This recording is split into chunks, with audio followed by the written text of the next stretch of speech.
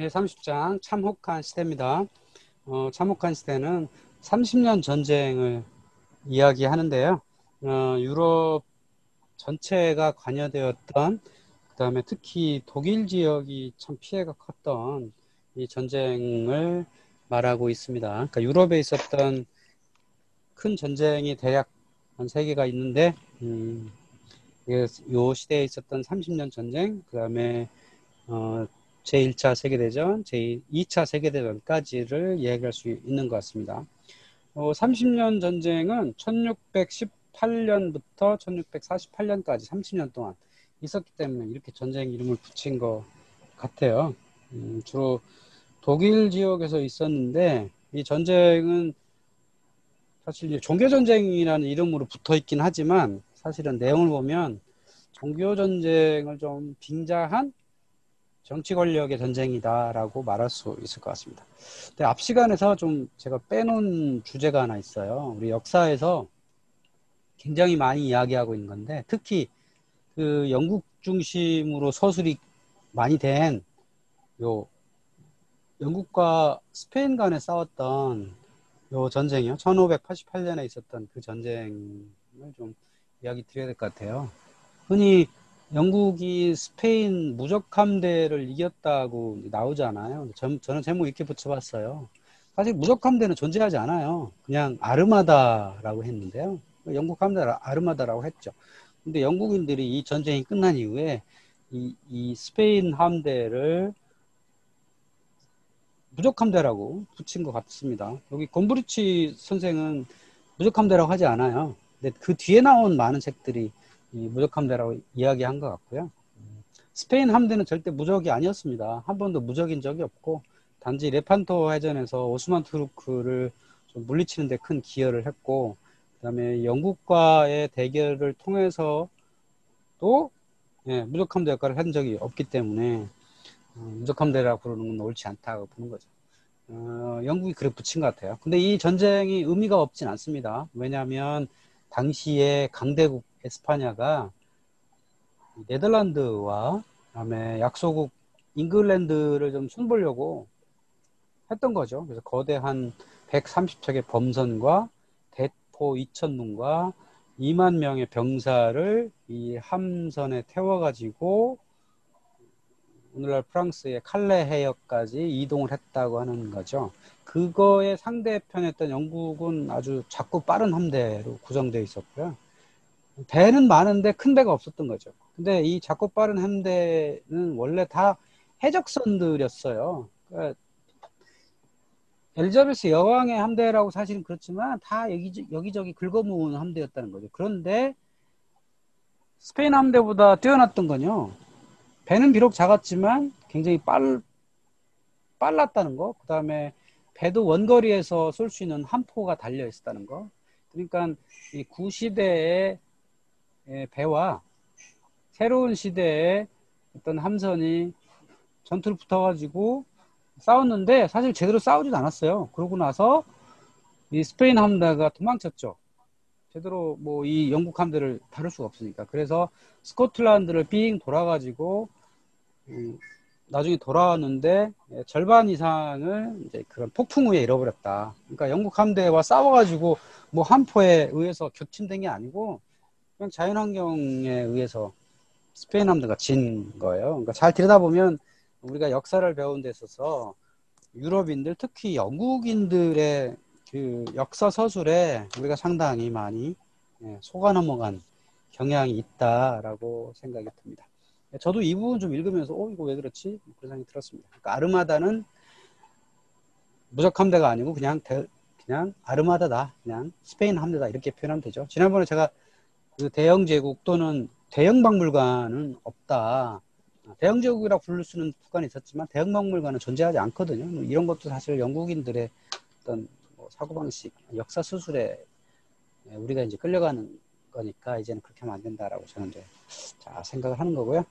자, 그러면 여기 30년 전쟁에 대해서 이 저자는 되게 길게 이제 서술을 했는데요. 이건 뭐 좀 읽어보시고요. 제가 이 전쟁에 대해 간단히 한번 설명을 드리면 이게 종교 전쟁이기 때문에 그 과정을 좀 우리가 알 필요가 있어요.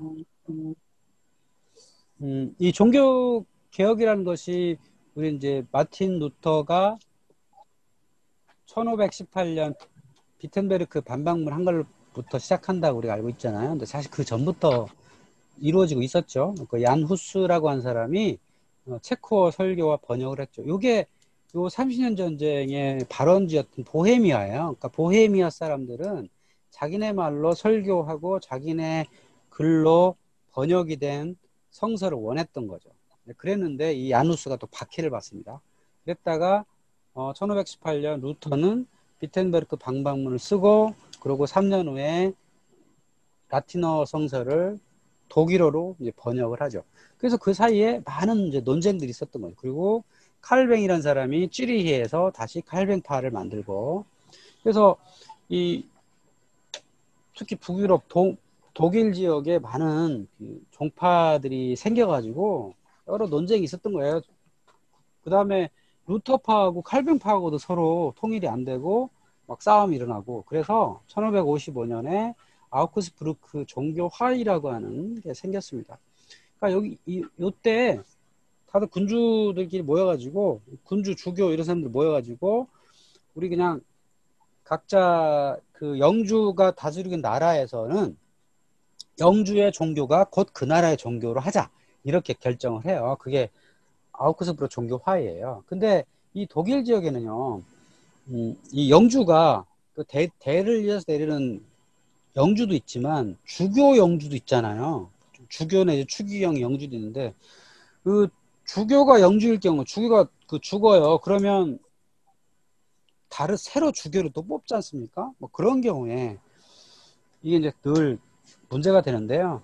만약에 이 주교 영주가 카톨릭에서 개신교로 바꿨을 때 그때는 그 사람의 어떤 그 영토를 박탈한다 이렇게까지 이제 넣었어요. 그러니까 이 캐톨릭 주교가 개신교로 가지 않도록, 그러니까 프로테스탄트로 가지 않도록 이런 걸 넣은 거죠. 어쨌든 이 아우크스부르크 종교화의 이후에는 자유롭게 영주가 나는 캐톨릭이야 라고 하면 그 영주가 다스리는 땅은 전부 캐톨릭, 나는 프로테스탄트야 라고 주장하면 다 그 나라는 전부 프로테스탄트, 사실은 이렇게 결정한 거죠. 이게 사실 문제가 있잖아요. 이 영주 마음대로 국민들을 종교를 갖게 한다는 게 좀 문제가 있는 거죠. 그때부터 문제가 좀 쌓여서 1618년에 그게 터졌다라고 생각하면 되죠. 또 그 사이에 프랑스에서는 1561년에 그 앙리 4세가 개신교를 인정을 해요. 그랬다가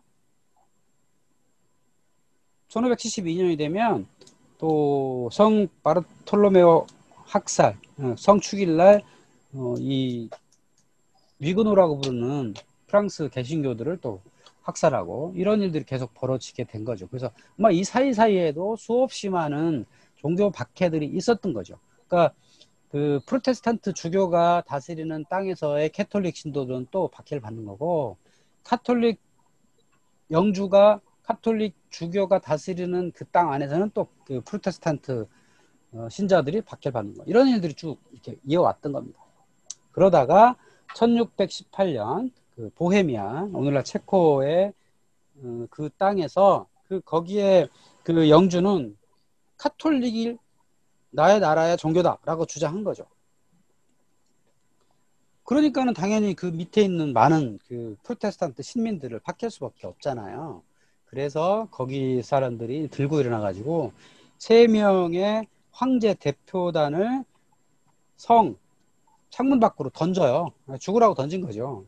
그랬는데 3명 중에 2명이 그 거름통에 빠져가지고 살아납니다. 안 죽어요.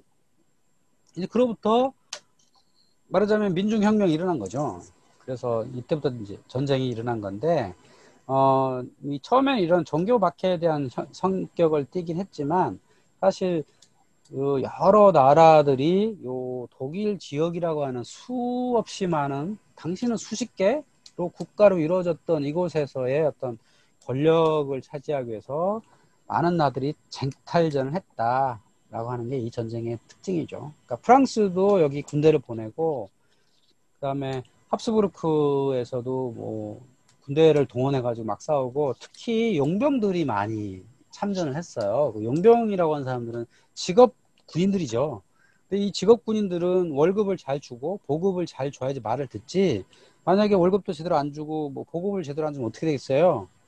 예, 그 용병들이 지역을 다 초토화시키는 거예요. 뭐 농민들한테 가가지고 뭐 농토라든지 뭐 식량 다 뺏고 그다음에 도시를 포위해가지고 도시를 뭐 한 달 동안 약탈을 합니다. 그럼 뭐가 남아나겠어요? 아무것도 안 남아났죠. 그래서 이 30년 동안 주로 용병들이 수없이 많은 도시들을 약탈하고 죽이고 하는 사건이 이제 이 30년 전쟁의 특징이죠.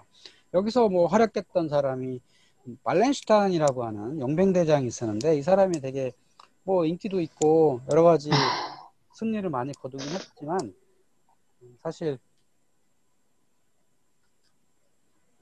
이 사람도 뭐 용병대장이었기 때문에 뭐 그 국민들을 아니면 뭐 민중들을 뭐 보호할 생각은 전혀 없었죠. 그 다음에 뭐 프랑스도 뛰어들고, 그 다음에 스웨덴도 뚫어주죠. 스웨덴은 카톨릭이었던 저는 수호자라고, 말이 잘못했네요. 스웨덴은 프로테스탄트의 어떤 수호자라고 해가지고, 이 스웨덴군이 또 북부 독일에 침입해가지고 많은 사건을 일으키고, 이렇게 하죠. 여기 보면 뭐 전쟁터가 많이 있죠. 지도에 보면, 1636년에 피터 스톡에도 있었고 뭐 여러 군데 전쟁이 막 벌어집니다. 그러니까 이게 아군과 적군이 잘 구별이 안 되는 그런 아주 더러운 전쟁이었다고 하는 겁니다. 그래서 이 전쟁의 결과 이 독일의 인구의 절반이 사망을 했다는 거죠. 물론 당시에는 독일이라는 나라는 없었습니다. 그러니까 독일 지역에 수십 개의 국가로 구성된 여기서 인구가 절반 이상 사망을 했고요. 그 다음에 제후와 영주 기사계급이 많이 사라져요. 그러니까 여기 지도에 보면 한 나라 세부만 10개 뭐 이렇게 될 것 같지만 이게 게르만족의 특성은 뭐냐면 아버지가 죽잖아요. 그러면 그 아들들한테 땅을 물려줘요. 그러니까 장자 세습제가 없었어요. 그러니까 많은 곳에서 장자 세습제가 있거든요. 그러면 장자한테만 주면 나라가 작아지지 않는데 이 장자 세습제가 없는 게 사실 상당히 문제가 돼요. 그래서 이 동네는 장자 세습제가 없다 보니까 이제 나라가 계속 작아지는 거죠. 문제가 계속 수십 개가 있었다. 근데 이 나라가 작아지면 거기에 영주 기사들이 많았을 거 아니에요. 근데 이 30년 전쟁을 통해서 백성들도 많이 죽었지만 이 기사 계급도 많이 죽었다. 그래서 어떤 특정 권력자가 영토를 많이 가지게 되는 어떤 계기가 네, 되는 거고요. 그 독일이 오랫동안 분리되어 있었는데 그게 독일 제국으로 향하는 하나 중요한 계기가 된 거죠. 그래서 밑에 유럽 국가 형성 과정을 말씀드려보면 가장 먼저 프랑스가 왕국을 만들어요. 프랑스가 왕국을 만들 수 있었던 가장 큰 원동력은 십자군 원정에 아이러니하게도 십자군 원정에서 프랑스의 기사들이 많이 죽었거든요. 그러다 보니까 각 지역을 땅을 갖고 있던 영주와 기사들이 죽으니까 프랑스 왕이라고 하는 특정 제후가 점차적으로 자기 영토를 넓힌 거죠. 그래서 한 14세기 정도 되면 프랑스 왕국이 형성이 돼요. 물론 오늘날의 프랑스 땅을 다 이렇게 자기 땅으로 만든 건 아니지만 그래도 어쨌든 맨 먼저 만들어집니다. 그 다음에 또 종교혁명을 통해서 또 이 귀족계급이 많이 사라지고 이게 지금 30년 전쟁을 통해서 독일 지역의 귀족계급이 많이 이제 사라지게 된 거죠. 그게 어쩌면 이 30년 전쟁이 긍정적 효과 뭐라고 할 수도 있겠죠. 예, 30년 전쟁이 끝난 이후에 유럽의 지도인데요. 뭐 특별히 달라진 게 없어 보이죠.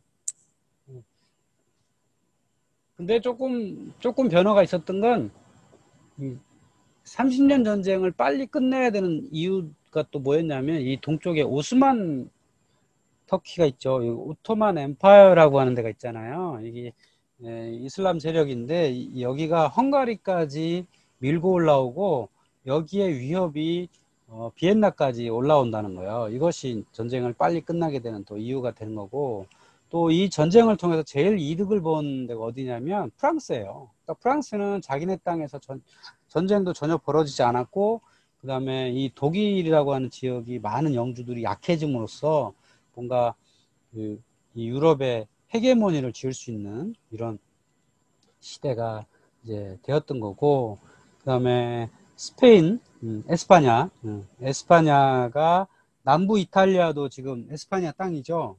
남부 이탈리아도 갖게 되고, 또 여기 네덜란드가 그 사이에 독립을 합니다.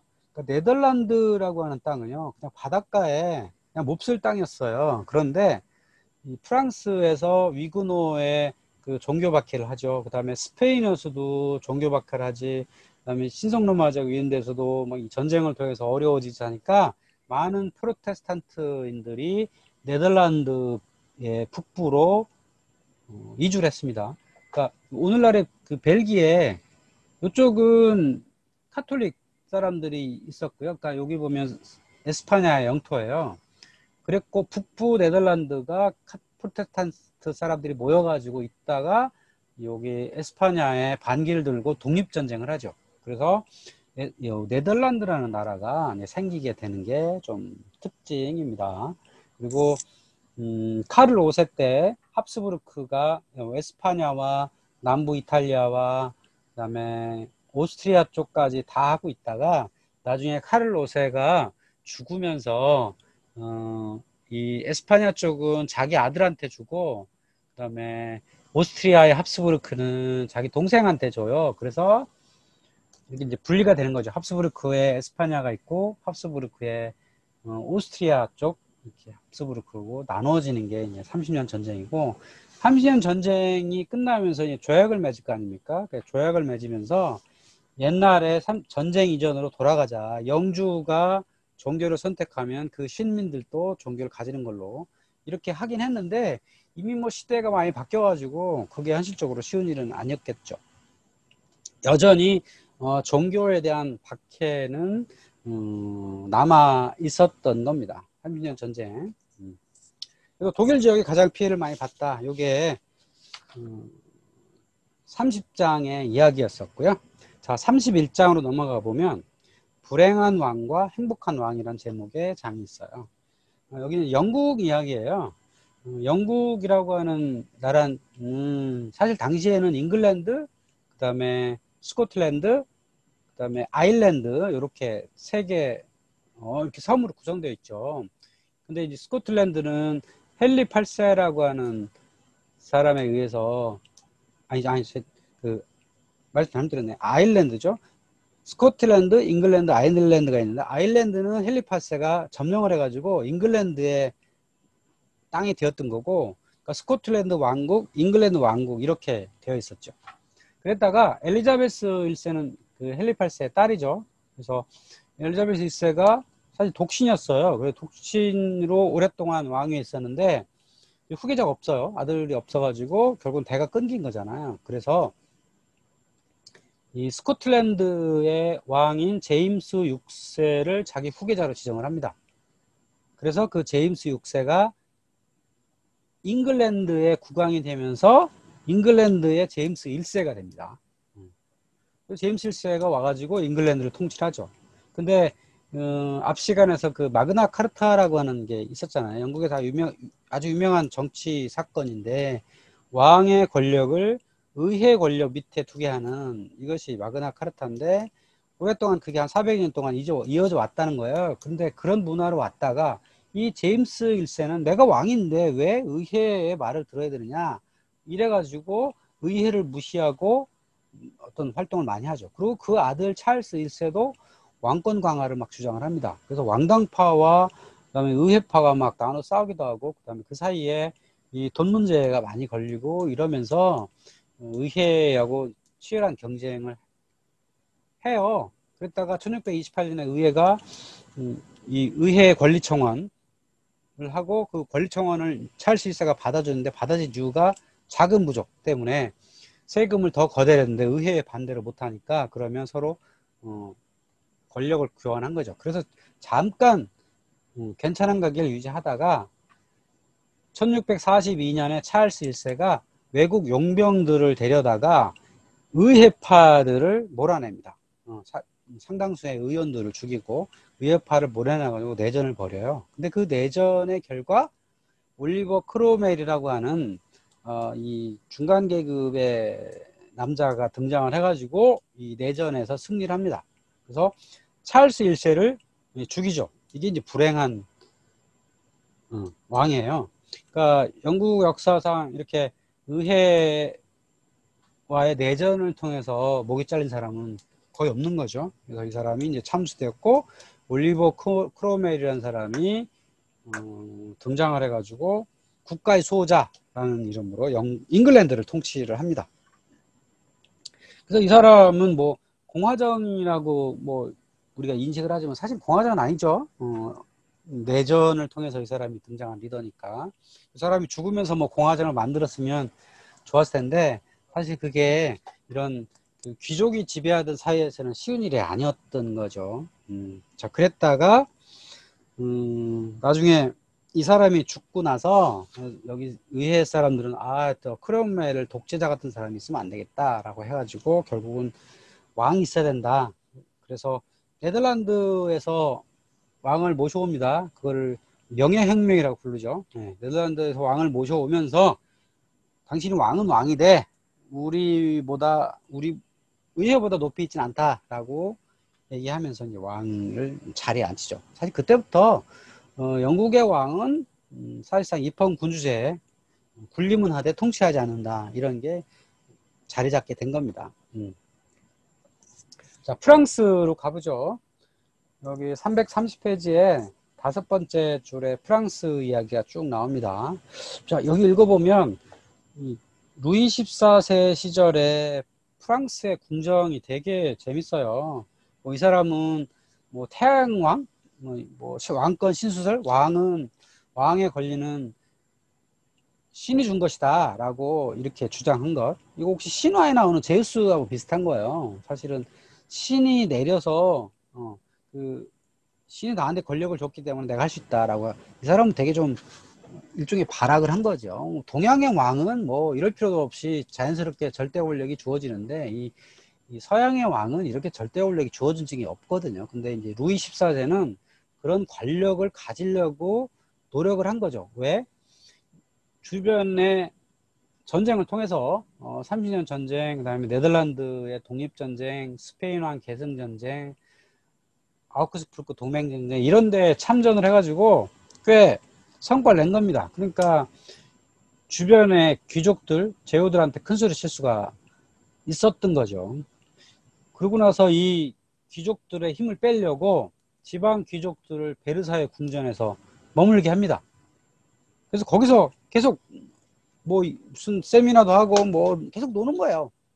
그래가지고 이 귀족들이 반란하지 못하도록 했다고 하는 거죠. 그래서 이 루이 14세가 베르사유에서 궁전에서 있었던 하루, 여기 보면 읽어보면 되게 재밌죠? 아침에 눈 뜨기 시작해서부터 뭐 속옷을 입혀주고 양말을 신기고 뭐 이런 것들이 일종의 쇼를 많이 했다. 자기가 무슨 진짜 그 신한테 권력을 얻은 것처럼 이런 일을 했다고 하는 거예요.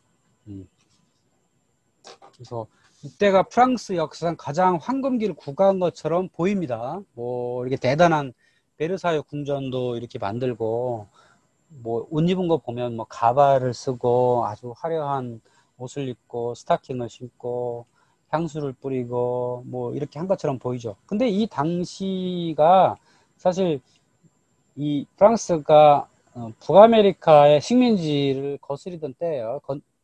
거느리던 때예요. 그러다 보니까 돈을 굉장히 많이 썼죠. 국가의 국력을 상당히 많이 탕진했던 그런 때이기도 합니다. 그러니까 이 당시 프랑스 사람들은 향수를 많이 썼다 그랬죠. 왜 썼을까요? 이 사람들은 1년에 거의 목욕을 한 번도 안 하는 그런 사람들이었거든요. 그러니까 로마 시대 이후에는 유럽에서 목욕하는 문화가 거의 사라졌어요. 그러니까 아무리 이렇게 화려한 옷을 입고 뭐 해도 뭐 목욕을 안 하면 냄새가 오죽 나겠습니까? 그러니까 향수를 많이 쓰게 된 거고, 뭐 거리에서도 뭐 2층 3층 집에서 밤새 모아놨던 요강단지를 골목으로 막 버리고 뭐 그런 일들이 있었다 그러죠. 그래서 생겨난 게 양산, 그다음에 하이힐. 그걸 신지 않으면 이 똥을 밟고 지나가야 되니까 그런 것들이 생겨났다고 하죠. 또 이 루이 14세가 지은 베르사유 궁전을 보면 엄청나게 화려하죠. 그리고 여기에 모셔놓은 예술작품을 하며 너무나 많은 비용이 들었다는 겁니다. 그러니까 루이 14세 권력 유지를 위한 쇼를 위해서 이 국력을 많이 탕진했던 그런 사람이기도 하죠. 그러니까 이 사람이 국력을 이렇게 탕진한 바람에 그 손자때에 가면 혁명이 일어날 수밖에 없는 그런 계기를 만들기도 했다는 거죠. 저는 여기 베르사유 궁전에 한 20여 년 전에 가봤는데 되게 멋있었어요. 그리고 많은 그림들이 있는데 그 당시에는 제가 이 공부가 짧아가지고 전혀 이해를 못했고 무슨 종교화 같은 것도 굉장히 많거든요. 이 벽에 보면 많고 그다음에 여기 뭐 거울의 방이란 것들이 있는데 이 프러시아가 독일 제국을 선포했던 그런 방도 있고 엄청난 방도 많고 뭐 그렇습니다. 근데 여기 결정적으로 없는 게 있었다 그러죠. 예. 화장실이 없었답니다. 왜 화장실을 짓지 않았는지 모르지만 없었답니다. 그러면 루이 14세는 이 신하 내지는 이런 사람들이 와서 대소변을 받아갔죠. 요강 같은 게 있어가지고. 근데 귀족들은 어떻게 했을까요? 뭐 여기 이렇게 아름다운 정원에 나가서 볼일을 봤겠죠. 수없이 많은 하인들도 있었을 테지만 그런 것들을 그 사람들을 케어할 수 있는 그런 화장실 시설이 전혀 없었다는 게 일단 이 베르사유 궁전의 아이러니다라고 하는 겁니다. 자, 동유럽의 변화로 가봅니다. 자, 독일 지역은 30년 전쟁을 통해서 아주 황폐하게 됐고 그거에 이익을 얻은 나라가 프랑스였다. 그렇다면 이 독일 지역 동쪽, 헝가리, 체코, 그 지역은 과연 어땠는가를 알려주는 그런 역사입니다. 이 헝가리와 이 체코, 그 다음에 오늘날의 유고슬라비아 지역, 발칸반도 이쪽을 영유하는 국가는 오스만 투르크죠. 오스만 투르크는 사실 중세가 끝날 때쯤부터 17세기, 18세기까지 당시 최강 대국이었습니다. 유럽이 제대로 힘을 쓰기 전까지 오스만 제국에 필적할 군대는 없었던 거죠. 그러고 나서 오스만 군대가 이 아시아, 북아프리카를 다 먹고 발칸반도까지 가가지고 두 번에 걸쳐서 그 합스부르크의 수도였던 빈을 포위를 합니다. 이 두 번째 포위된 게 1683년이에요. 오스트리아 비엔까지 갑니다. 헝가리 부다페스트가 넘어가고. 그래서 여기 이브라임이라는 사람이 시즈 오브 비엔나 포위라고 하는 그림을 이렇게 그린 거죠. 그래서 각 지역에 있는 많은 군대들이 참전을 해가지고 여기를 포위할 때까지 갔던 거죠. 근데 포위는 못하고 물러나지만 어쨌든 그 비엔나 직전까지 이 헝가리까지는 오스만 투르크의 영역을 만들게 된 계기가 되죠. 이 오스만 투르크가 이 지역을 이렇게 넓게 영위를 했기 때문에 오늘날에도 이 지역에 보면 무슬림들이 꽤 많습니다. 그렇죠? 알바니아 같은 데 있고 보스니아 이런 데도 무슬림이 많고 많이 남아있죠. 그리고 이 오스만 투르크가 이렇게 강력한 세력을 갖는 바람에 당시에 유럽인들은 최선진국이 오스만 투르크였으니까 이 나라를 따라서 많이 했다고 그래요. 아마 그 헨리 8세가 입고 있는 옷 같은 것도 오스만 제국의 그 황제들이 입는 옷이고요. 그러니까 이렇게 유목인들은요 날씨 변동이 크거든요. 그러니까 낮에는 덥고 아침 저녁으로 춥고 이러기 때문에 늘 벗고 입을 수 있는 여러 번 껴 입을 수 있는 옷들을 많이 입었다 그래요. 그런 것들이 이 서유럽에도 유행처럼 번졌고 또 이때 그 비엔나를 포위했던 오스만 제국이 남겨놓고 갔던 어떤 천막 그 안에 보니까 커피 같은 것도 굉장히 많았다 그래요. 그래서 그 커피가 비엔나 사람들이 가져가가지고 그 비엔나에서 커피숍이 생기고 한 계기도 있었다고 하는 거죠. 그러니까 오스만 군대가 이 유럽의 군대보다 훨씬 선진군대였기 때문에 그들이 남긴 거로 유럽 사람들이 많이 배워간 이런 경향이 있었다고 하는 게 요 책에는 나오지 않지만 그런 얘기들입니다. 그래서 이 비인을 포위했던 이야기가 책에 많이 있습니다. 자, 그 다음에 러시아 얘기를 좀 해보죠. 여기 342페이지 중간에 보면 러시아 얘기가 나옵니다. 자, 러시아는 뭐 이 책에 대해서 언급한 적이 없었고 역사에 등장한 적이 별로 없죠. 지금까지는. 대략 러시아는 한 9세기, 10세기경부터 루시라고 하는 이렇게 뭐 생겼다 그래요. 키예프라고 오늘날 우크라이나 수도인 이곳에서 주로 바이킹들이 처음 역사를 시작했다고 전해지죠. 그래서 여기서부터 루시라고 하는 사람들이 생겨나기 시작해서 나중에 모스크바 공국이 생기고 그러고 나서 점차적으로 러시아라는 나라가 생겨나기 시작해서 거대한 영토로 확장을 하죠. 그래서 여기 지도에 보면 대략 1462년도에는 모스크바를 중심으로 그렇게 넓지 않은 땅이었는데 점차적으로 확장을 하기 시작해가지고 1505년에 되면 북극 쪽으로 가고 그다음에 1584년에 가면 또 카스피해까지 도달하고 그다음에 1682년 그다음에 1725년도까지 가면 거의 베링해를 건너서 예, 알래스카까지 가게 되네요. 이 사이에는 어떤 그 세력을 가진 문명권이 없었기 때문에 러시아인들이 동쪽으로 가가지고 넓은 땅을 차지하게 된 거죠. 그때 여기 등장하는 이야기 중에 하나가 도시 하나가 나와요. 표트르 대제가 만든 도시가 있죠. 네, 세인트 피터스버그, 영어로 하면 그렇고 상트 페테르부르크 있죠. 여기 항구 도시인데 그 핀란드 바로 앞에 있는 항구 도시인데 여기는 그냥 바닷가에 그냥 뻘이 있는 그런 곳이었는데 여기 노동자 농민들을 많이 동원을 해가지고 신도시를 이렇게 만든 겁니다. 그래서 저는 예전에 그 상트 페테르부르크 뭐 그런가 보다 했는데 딱 이름을 보니까 아, 베드로의 도시네요. 그렇죠? 세인트 피터스니까 베드로, 성 베드로의 도시 뭐 이렇게 얘기할 수 있겠네요. 그러면 러시아에도 그 기독교가 있다는 얘기잖아요. 네, 그렇죠? 그럼 러시아의 종교가 뭘까요? 네, 흔히 오르톡스라고 부르죠. 정교라고 하는 종교가 러시아에 있습니다. 물론 저 소련 공산당 시절에는 박해를 받아가지고 사제들만 좀 있고 대부분 민중들은 이 종교를 갖지 못했었는데 소련이 없어진 이후에 지금은 꽤 많은 인구가 지금 정교의 신자가 되어 있습니다. 여기 보면 대략 9세기경부터 이 동로마 제국의 이 사제들이 전도를 하죠. 그래서 여기 헝가리의 일부로 쭉 해가지고 뭐 불가리아를 해가지고 러시아까지 가서 이 정교 신자들이 많이 만들어지고 그 사람들이 오늘날 러시아가 쓰는 키릴 문자 이런 것도 만들어졌다고 하죠. 그로부터 러시아는 정교권이 쭉 이어져 왔습니다. 예, 그렇죠. 표트르, 예, 표트르, 피터, 예, 베드로 다 같은 말입니다. 그래서 오늘날에도 보면 이 러시아, 그다음에 루마니아, 불가리아, 세르비아, 그리스, 마케도니아 이런 데가 다 오르톡스 크리스찬이라고 부르는 정교라고 부르는 사람들이 있는 겁니다. 오늘날 러시아 인구의 한 30%, 한 5천만 명? 뭐 이 정도가 예, 정교 인구라고 합니다. 그래서 여기 지금 지도에 보면 유럽의 종교 변화가 이렇게 있어요.